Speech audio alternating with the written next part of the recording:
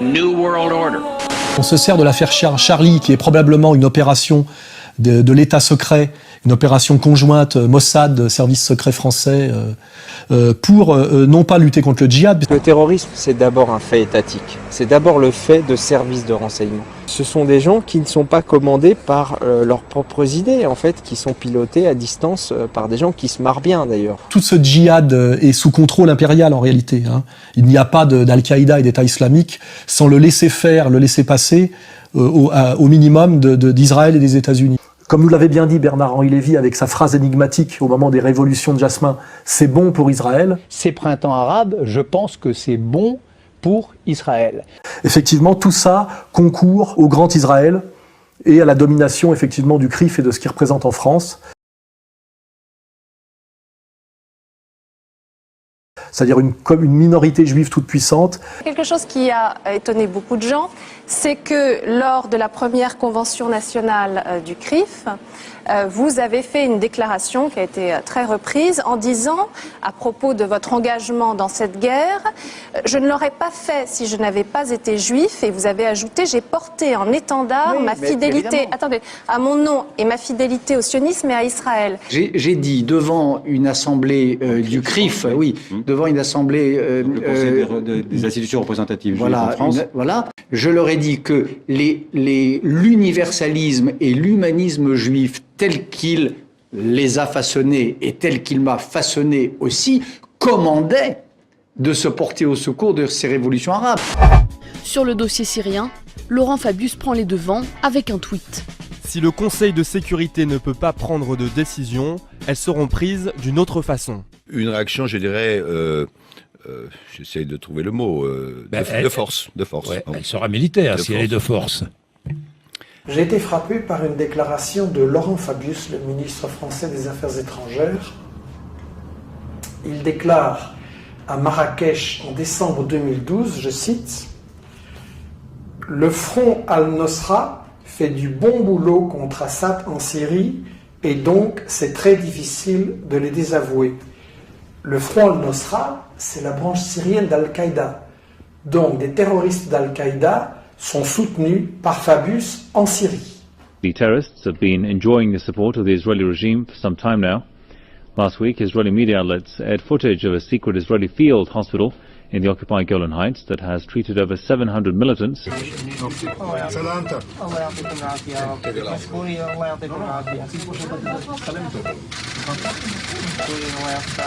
Depuis 2 ans déjà, Israël accueille des blessés syriens. Ils traversent la frontière pour être soignés dans des hôpitaux de la région.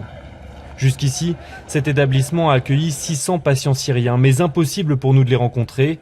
Pour leur sécurité, ils ont été placés dans un département à part, sous surveillance militaire.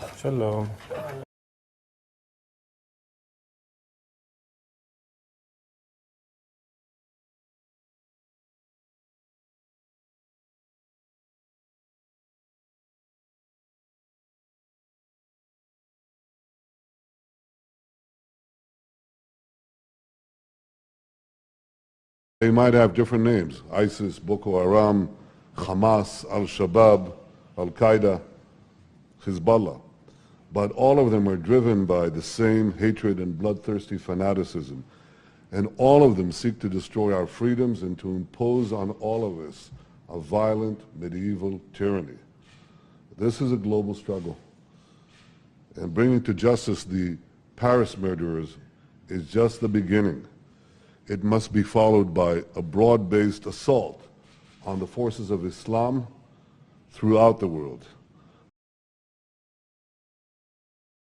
Les soldats de Tsahal ont apporté près de 100 patients syriens dans ce centre hospitalier. L'un d'entre eux accepte de nous raconter, sous couvert de l'anonymat, comment il est arrivé en Israël. Est-ce que l'armée syrienne libre se coordonne avec l'armée israélienne à la frontière? Oui, ils coopèrent. Nous appelons l'armée israélienne. Elle envoie ses ambulances pour récupérer les patients et les ramener en Syrie, si j'ai bien compris. En fait, je ne suis pas sûr de leur destination finale. Selon les médecins, tous ceux qui sont soignés ici appartiennent au camp de l'opposition anti-Assad. À chaque fois qu'ils sont en difficulté, voilà Israël qui bombarde sur la Syrie, sur la capitale, sur les lieux de missiles, des plateformes de missiles qui étaient dans le Golan, qui ont été bombardées complètement par Israël. Le centre scientifique de recherche à Jemraïa, à Damas, en fait, a été bombardé en 2013.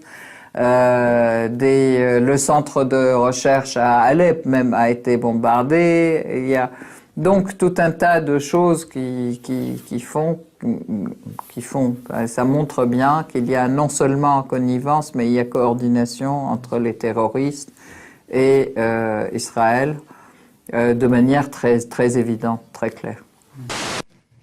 We've been supporting ISIS in Jordan, in Turkey, through our proxies in Saudi Arabia and Qatar. There is absolute continuity between the policies of Iraq and breaking it up and breaking up Syria as well. It is beyond naive to suggest that the U.S. doesn't have its fingerprints all over ISIS.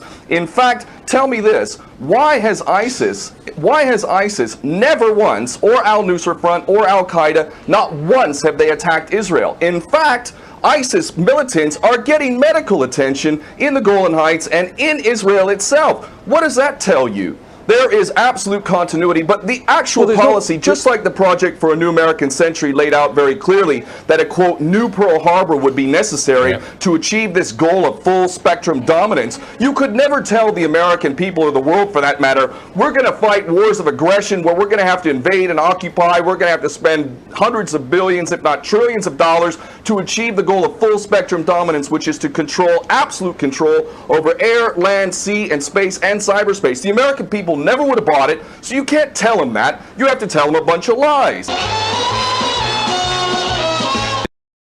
Les non-conservateurs sont pratiquement tous issus d'un cercle intellectuel juif, qui essentiellement s'exprime dans un journal qui est le Commentary, lequel journal est l'organe officiel de l'American Jewish Committee. Ils sont, jusque à la fin des années 60, plutôt d'extrême gauche, trotskistes, notamment Irving Kristol, qui est considéré comme le gourou, le fondateur. I always knew I was Jewish. I never thought of not being Jewish. I was always very pleased to be Jewish, after all. Not everyone is a member of the chosen people. And so I just went along, even when I was not all that observant. I still am not all that observant. Being Jewish just came naturally to me.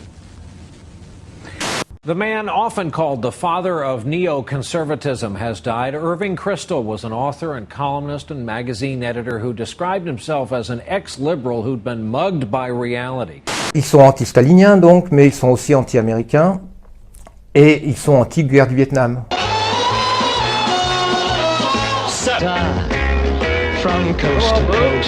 Tout d'un coup, ils deviennent pro-guerre du Vietnam. Et ils deviennent néo-conservateurs, se mettant tout d'un coup à dire non, la gauche c'est la décadence, se mettant à parler partout de la décadence des valeurs libérales et de prendre un ton patriotique américain, guerrier. Mais lorsqu'on lit leurs écrits publiés dans les organes destinés à la communauté juive, on voit bien que leurs arguments tiennent en un mot, c'est si vous voulez protéger Israël, il faut continuer à faire en sorte que les États-Unis soient puissants militairement et impliqués dans le monde entier. Clean break document was issued by Benjamin Netanyahu and the neoconservative, mostly Americans who also happen to be dual citizens, people like Wolfowitz and Pearl, Scooter Lip, all of those people. And this document proposed regime change in these Middle Eastern countries, essentially overthrowing all of these independent Middle Eastern countries and imposing imperial control. These people really do want to create greater Israel from the Nile to the Euphrates. Israel, working with its Saudi partners, underwrote this coup d'etat against the first democracy ever in the 5,000-year history of Egypt. The indications are that they're going to keep stealing territory. Not only will they refuse to give back the Golan Heights, they're going to take Sinai. They're already creating all kinds of instability in Sinai. They came right out and said that what they want is 3 little mini rump states in Syria.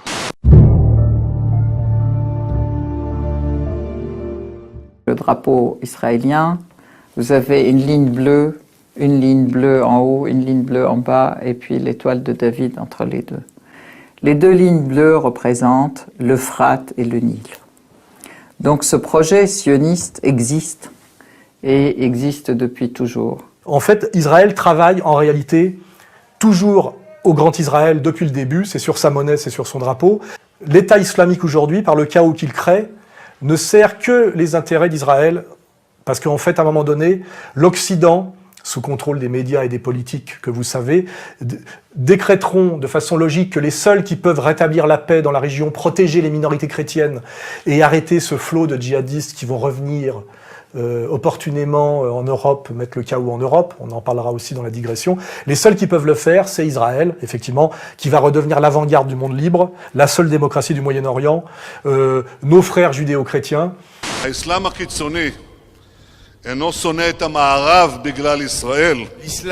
extrémiste ne hait pas l'Occident à cause d'Israël. Il hait Israël parce qu'Israël est une partie intégrante de l'Occident et des valeurs de liberté.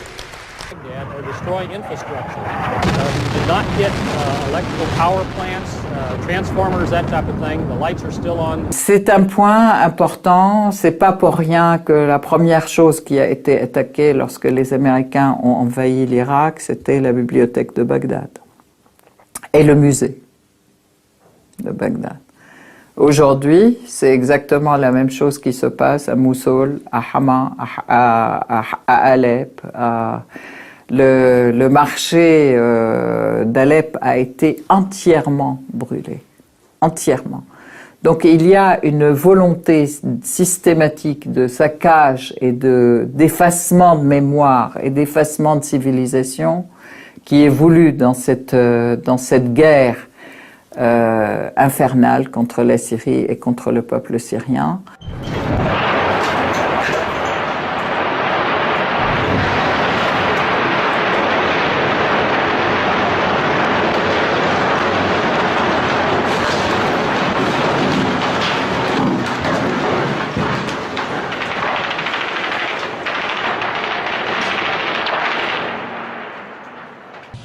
Et pourquoi je dis sioniste? Parce que de vider de ses forces vives, si vous regardez bien, une partie de l'Irak, la Syrie, le Liban, on va y venir demain par une nouvelle révolution colorée qui arrive, c'est préparer la purification ethnique par la fuite de migrants. De quoi? Du Grand Israël. Vous regardez le projet du Grand Israël, seul projet viable pour Israël en tant que puissance autonome ne dépendant plus des États-Unis, en voie d'effondrement. C'est le Grand Israël. Ça sera le Grand Israël ou plus d'Israël du tout. Israel's main objectives were to expand and grow in line with the Greater Israel Project. And in order for it to do that, there would need to be an excuse to justify the expansion of Israel. And in order to do that, we would have to sow the seeds of sectarian hatred and violence in the region. The number one target of this plan was Iraq. We've achieved that. That's not a failure. That's actually a success. Iraq is a failed state largely. It is an absolute basket case. Sectarian hatred is absolutely insane. Think it's a disaster? No, it's not at all. In fact, it's all part of the plan to break up Iraq into 3 different states. When we look at Syria, we also find that the goal is once again the same thing. Sow the seeds of sectarian hatred and basically turn that nation into a basket case.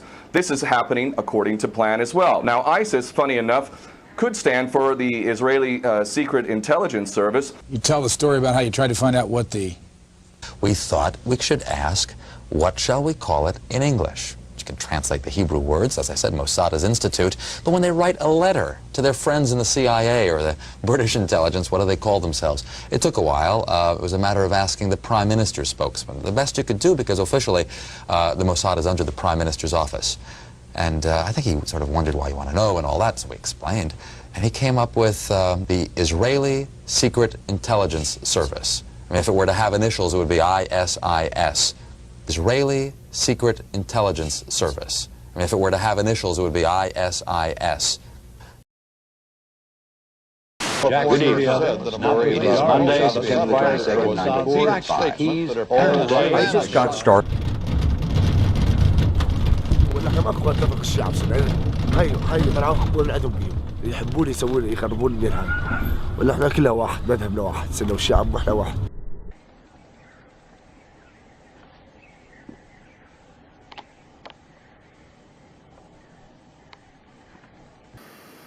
Alors, la chute de Palmyre ressemble beaucoup à la chute de Ramadi et à la prise de Mossoul.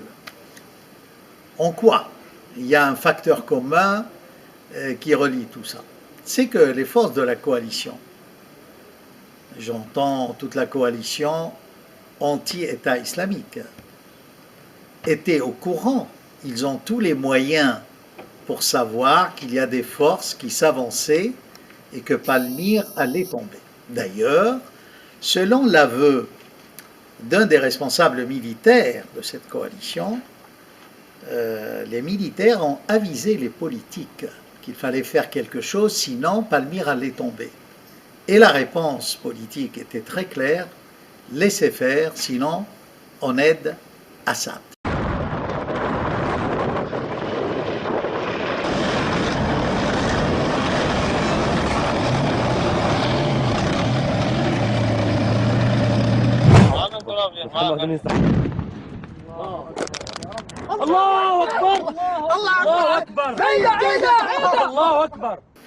Donc, on voit très bien l'hypocrisie d'une part, et puis le double jeu de la coalition, et surtout des États-Unis qui sont à la tête de cette coalition. Ça veut dire tout simplement que les Américains, dans leur politique, cherchent en fait à détruire tous ces pays, surtout l'islam, de l'intérieur. C'est une sorte d'implosion. Je vous ai dit, ils voyaient venir les forces de l'État islamique contre Palmyre, comme ils les voyaient venir contre Ramadi. Pourquoi la coalition d'une soixantaine de pays à l'arrière-garde, et une vingtaine à l'avant-garde, n'est pas intervenue par des raids aériens massifs et condensés, si je puis dire, pour arrêter l'avancée de l'État islamique? C'est qu'il y a toujours cette notion de double jeu. Il faut monter les musulmans contre les musulmans. Regarde pourquoi les Américains ont financé Saddam Hussein pour qu'il attaque l'Iran, et même pourquoi ils ont laissé, même peut-être Khomeini revenir à un moment donné. C'est que cette lutte permanente entre chiites et sunnites détruit le monde arabo-musulman de l'intérieur sans que les Américains et les sionistes n'aient rien à faire. Donc déjà, rien que par bonne intelligence, déjà, on évite. Moi, j'évite d'aller taper sur quelqu'un quand c'est mon pire ennemi qui me dit de le faire, tu vois. Je m'abstiens.